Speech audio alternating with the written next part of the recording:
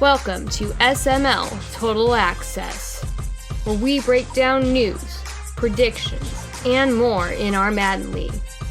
Now, let's get fired up for SML football. Hello and welcome back to SML Total Access. I am Primetime 000, and with me is Tiny Titan and Dan He. Tiny, welcome back. Dan, what's up? What's going on, guys? Not much, man. Just glad to be back. Enjoy it. Yeah, glad to have Tiny back. The team is back. Yes, the trio, the best trio in history of the world. Hey, man, we got a lot of stuff to talk about, the 4 downs and the Tiny 5. So let's go ahead. Let's get right into it for first down. And first down is a big one. Not a lot of people talking about it. We've been kind of plotting and planning this now for a few days. RD, undefeated, playing well. Hasn't got too much hype. A lot of the hype's gone towards Bomber, but Bomber lost to Matt. So now RD's alone undefeated. What's your guys' thoughts on that? And we'll start with Tiny. Well, I mean, the record speaks for itself. I mean, I play the guy twice every season. I know how good he is. Now, I mean, every now and then he seems to have one weird loss every season or so that you don't expect. He hasn't had that yet. He's had maybe 1 or 2 close games. I played him really close. I think I lost by 4. But, I mean, he's always got the rushing offense. You know that. He's got Cam Akers. He's always going to run for his yards. But he's got Tua developed up to a 93 overall now, and he's first in total offense. So you're going to have to keep up, man. You're going to have to score 35 points to even have a chance for the most part when you're playing him. And he's also in the top half of all defensive categories. So, it's not like he's just scoring 50 and letting his opponents score 40. He's actually playing some defense and holding his opponents back as well. Now, for the rest of his games, he's got Mike, me, NYT, Woods, and Dump left. So I don't see him losing a game. I mean, unless for some reason he's just, doesn't need to play for anything in week 17 and, just kind of mails it in against Dump. That's the only way I see him losing a game, in my opinion. Yeah, I think I agree with Tiny. His nickname is Mr. Boring, but I think he's more like Mr. Under the Radar. Because he's just been quietly going about his business, and he's just been beating people. What's interesting, though, this year is the way that his quarterback's been playing. His quarterback has 30 touchdowns and only 2 interceptions, which, he's on pace for maybe one of the greatest passing seasons in the SML history. So I was curious to see how that kind of plays out. His first maybe 6-7 games were pretty close. He wasn't really blowing people out, but the last 3-4 games he's been blowing people out. So I agree with Tiny. I think he's going undefeated. The question will be whether or not Cam Akers can stay healthy. Last 2-3 seasons, Akers has gotten hurt, and that's kind of derailed some of his playoff runs. So let's see if Akers can stay healthy, and I'd love to see what he can do in the playoffs this year. Yeah, I think he's going to go undefeated. Schedule somewhat light this year. He does have the NFC North and also the AFC North, which arguably 2 of the weaker divisions, but nonetheless, he still beat Faz, he's beat Meats, he's beat Dump. He still has quality wins, regardless of some of the other filler games in the schedule there. Look, the passing stats are impressive. Like you said, Dan, he's flying under the radar. I'm curious how he's going to look in the playoffs. I know he had that stretch of, I think it was 2 straight Super Bowl appearances he made, and it looked like for a brief second there, RD was going to come out of nowhere and kind of be the guy in the SML. And then it was just like a lightning strike. He was there, and then he wasn't, and now he's kind of been, I don't want to say non-existent, but he really hasn't made too many headlines. So now he's back winning games again. He's playing well, and right now I think he's a favorite over Faz, maybe for the NFC to represent right now. Let's move on now. Second down here on Total Access. Hey, look, Rowan. Speaking of another great season, a resurgent Rowan Kuh. He was on the sit down. I got with him on sit down. That's a plug. Dan, what do you think about Rowan Kuh? Kind of back winning games again. Yeah, I was about ready to give you a not so fast whenever you mentioned RD versus Faz, because you're overlooking Rowan Kuh, who's sitting there at the number 2 seed in the NFC. Man, up until this last game against Meats, where he absolutely just destroyed Meats. I mean, it was so bad I thought it was actually a CPU game. That's how bad the score was. Rowan's just been playing entertaining games. He's winning at the last few minutes. He's doing what he needs to. But this last week, man, he put he put it on Meats, and Rowan might be making a statement that he is for real. Now, he's always been a showman. He's always been the talker. Great sit down this week with Prime Time, and you got to love his fire. You got to love his intensity. But this might be the season that not his mouth and his stick play come together, and he goes ahead and makes the run. What I'm hoping for, though, I want a Faz Rowan playoff matchup, because I still see it as clear as day. Rowan with the victory, and Faz snatched it from defeat 2 seasons ago, and I want to see those two go at it in the playoffs. So I'm all behind Rowan, man. I hope he keeps it up. Yeah, I'm the same way. I've always been rooting for Rowan, man, and he doesn't always seem to have seasons like this, but he's had a couple of seasons where, he'll be on a good run, doing good, start running his mouth, and then all of a sudden, I don't know if it's the girl gets in his life again or what, he just kind of disappears and falls off. That's what I'm a little worried about with his remaining schedule. He's got the Eagles twice, a football team, Bucks and Saints. Now, I don't remember. I feel like an Eagles game maybe is a force win. I'm not sure. But either way, he's had some of those where towards the end of the season, he'll just, lose 4 randomly out of nowhere. And I really hope that doesn't happen. I don't see it happening.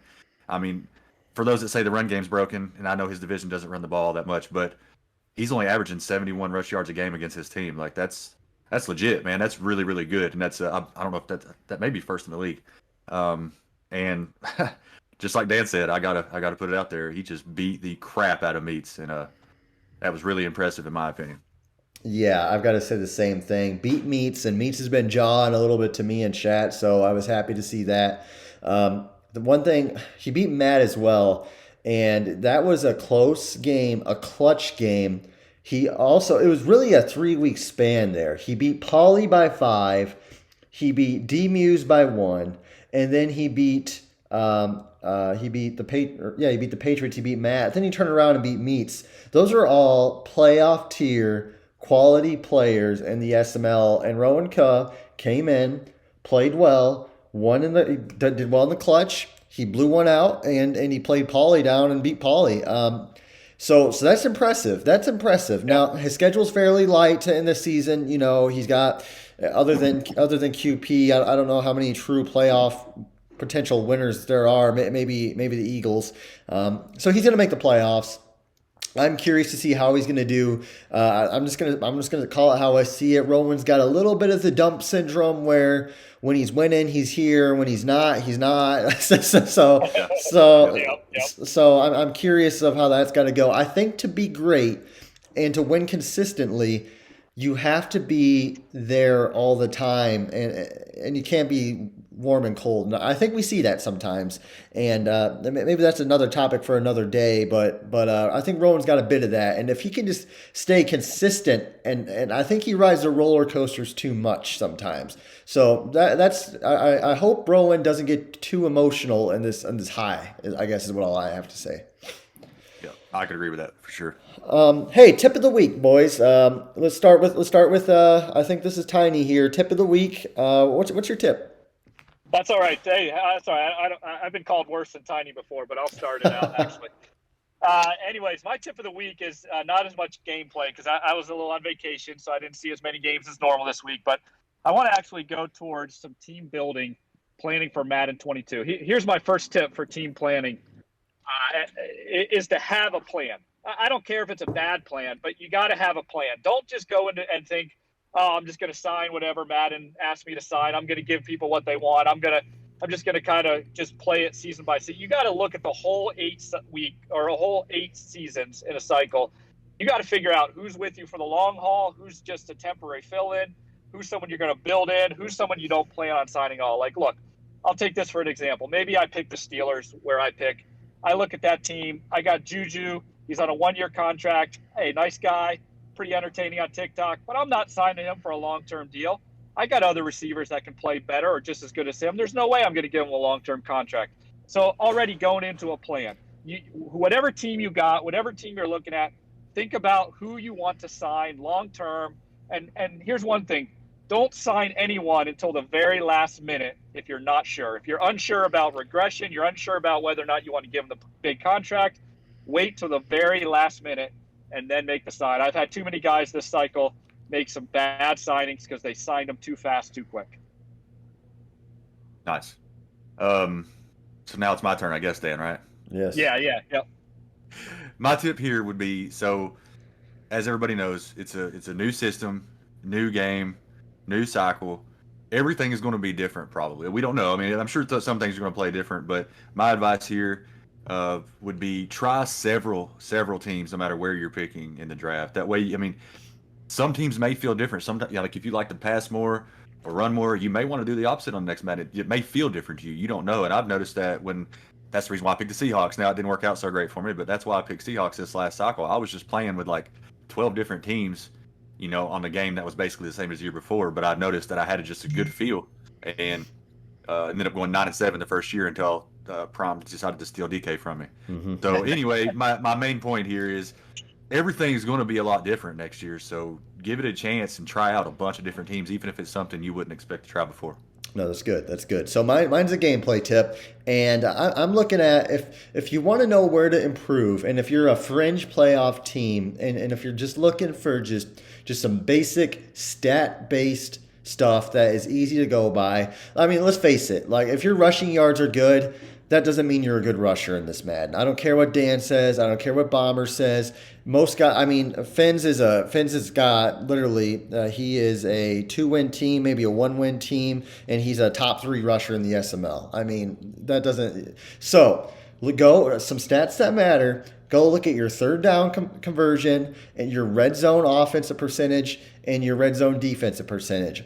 How are you doing in these key areas? Are you scoring touchdowns in the red zone? Are you Are you getting your drives extended? Are you doing well on third down? Are you keeping them in third and manageable? And are you holding guys out of the end zone? And if you're not, whatever you're doing in the red zone, change it up. Whatever you're doing on first and second down, make it easier on third down. Maybe you're getting too pass happy. Maybe on first down you throw it every time, or maybe you run it every time. Throw in a play action, mix it up if you suck on those downs and distances. Because more often than not, unless if you're good and you dig yourself in a hole on first and second down, then you're losing your games on drives you can't extend or drives you can't finish off. No, hey, Prime. I think that's a great tip, but I don't know why you throw me and Bomber under the bus. We're both on the side that the run game isn't broken. So you just proved our point. Even though that Fins has one of the best rushing games, it doesn't turn into wins because it takes more than just running the ball to win games. Okay, Dan, come on. Let's talk about this for a second. So all I'm saying is. Fins, he's got 3 wins this year. He's the number 2 ranked rusher in the SML. The running game's broken. Like if you're that bad and you're in the division that's one of the worst divisions with Mike and with Fig Newton, and you only have 3 wins, and you probably should only have 1 win, or you might be 0-16 if you couldn't run the ball. His stick skills obviously aren't that good, but somehow out of all the guys in the SML, he has the second best running ability because he's got a great running back and the guy trips and falls forward. He's literally averaging almost a first down. He's 9 yards a carry. Every time he hands a ball off, on average, he's going to get 9 yards. That is ridiculous. Yeah, but if it's that broke, he could just run all game and he would have 9 wins right now. Because I'm kind of in the same boat. Like, I'm not all that great, but I got a good running back, and it gets me to a certain point. But at some point in the game, I've got to pass, and that's when I can't beat the good guys. Well, that's what separates the good guys, all right? Because the good guys still can make those throws. But the thing, that's why these games are so close, is because Madden 3 or 4 years ago, there were blowouts everywhere. I could drop 50 points, 60 points. A guy could not keep up. But now, because Joe Blow can run the ball and get 8 yards a carry, these games are much closer. The guy still can't beat me because he can't throw the ball on 3rd and 8. But other than that it's shrunk the skill gap so much that you can bounce it outside and bust a 70-yard run. They still can't win because they can't throw. Why does he have 3rd and 8 if he's getting 11 yards every rush? Because sometimes, you hand it off 30 times a game, you're going to get stuffed eventually. But nonetheless, I think that it's obviously broken. But this is off script here, so I don't know. Yeah, but you're proving our point. You are our best advocate right now because you keep saying how broken the run game is, but he's not winning because using the line, the running game is broken, is a crutch. And people that just keep using that over and over again won't try to figure out how to actually win the game. And it takes more than running to win the game. And thank you for proving our point. Because obviously Fins he's got the 23 ranked scoring defense in the league. He's got the 26th ranked pass defense in the league. He's got a 11th ranked rush defense, and he's still allowing 100 yards a run. Obviously, it takes more than that. But if you have any semblance of ability at all, and if you're going to be great at running the ball, and if you're okay at passing, you're going to be great, because running game is just a crutch to get you, like Matt. Matt beat you with 49 yards passing, or 45. You're one of the best players I've ever faced, and you lost that game. You cannot convince me that a guy who throws 49 yards should win a game if you didn't throw 10 interceptions. Well, I had 2 turnovers, and if you look at his rushing stats, he didn't run very well at all against me. It was all about just situational football. He got 2 good turnovers in my deep in my territory. He turned them into touchdowns. Had nothing to do with running the game or running. From what I've seen, he ran it down your throat. Power O, running you over in the red zone. I mean, if 49 yards, you've got to get yards somehow, and he was running the ball. And you called every defense. You called blitzes. You called zone. You couldn't stop him. And I mean, if you didn't throw 6-7 interceptions, no way you should have lost the game. If somebody who can't throw the ball, he's one-dimensional. And guess what his record is? 8-3. He's 8-3, and I think last time I checked, Matt has a 32nd ranked pass offense in the SML, but he's leading the AFC East and with Pauly in there, and he's 8-3. Let me jump in here 1 second. I'll tell you what actually might be broken. It has nothing to do with the running game as much as it has to do with time of possession in this Madden, and that's why he beat me. Not because he ran the ball well against me. I think he had under 100 yards rushing. He had like under 150 total yards of offense. But why he won is because he reduced the amount of times I had the possession of the ball, and therefore 2 turnovers actually looked a lot worse because I only had the ball 5 or 6 times. That's what's actually broken this Madden. Well, yeah. And if you run the ball, you don't get very many possessions, and then the game becomes very boring. So that's what is actually broken. I mean, and running the ball chews the clock off quite a bit there, and it's easy to extend drives when you're getting 7 yards a clip. Now, your game, very rare. I mean, you threw it you threw it 21 times. You had 232 yards passing. I don't know. We're dragging this out. Let's just. Yeah, this was a great tip of the week. Thanks, guys. This was good though. This was good. It's genuine. I like it. It's genuine. Not scripted. Let's move on now to 4th down. Hey, I think this was Dan's idea here. It's the SML. What if SML? And I think the idea is, what happens if number 1 overall, this team selection draft I guess for Madden 21, I take the Chiefs. Somebody elaborate. I got to apologize on Tiny. I stole his time last time. I thought you're good. Go ahead. No, go ahead. My bad, man. I'm not used to you on the show again. Anyhow, so the question is, what if Prime would have taken the Chiefs in Madden 21? Like, what would have happened if that happens? And so, first of all, if Prime takes the Chiefs, first I think he jumps out of the gate and he wins the first 2 Sombardis. I'm going to put him just on record there. I think he beats QB Stud. I think he beats me. I think he wins the first 2 Sombardis of the cycle, and he's going to be talking nonstop about sweeping the cycle. The problem is, though, he gets bored. And as all we know with Prime, he has trouble with focusing. He's in trouble staying on top because it's just not entertaining enough, just not exciting enough. And he wins the first 2, but that's it. He doesn't win another Sombardi after that because he gets in cap situation he can't get out of. He gets bored with the game, and he wins the first 2 Sombardis, but that's it. That's my what if. What do you guys think? Yeah, I would actually agree with that, man. Like, I figured it would be the exact opposite, because this time he had so much trouble with the quarterback situation with the Colts. This time, that team is set up, ready to go right out of the gate, and then at some point, he's going to hit a bad spot where he's going to have cap situations, and the defense isn't all that great. And because the Colts are more of like, they're all-around good team. The Chiefs are, firepower. You're going to score 40 points a game, and Prime would love that. Like, Mahomes would be Prime's favorite, like, perfect quarterback for him, in my opinion, the way he plays. So I think the Chiefs would be a really good team for him. But I agree with Dan. I didn't think about being the bored part, but Dan, I would agree with that. That makes a lot of sense. He would get bored through the cycle. And plus, with him buying that house towards the end of the cycle, he probably really would have just kind of coasted throughout the end of the cycle. Yeah, I mean, I think I would enjoy a lot more early success than I did. But we gotta think. Dan would not have taken the Broncos. He ran from me when I was the Colts. He would run from me Oh, when I come was on, the Chiefs. that is not true, man. I would have loved to have you and you Uh, be on it.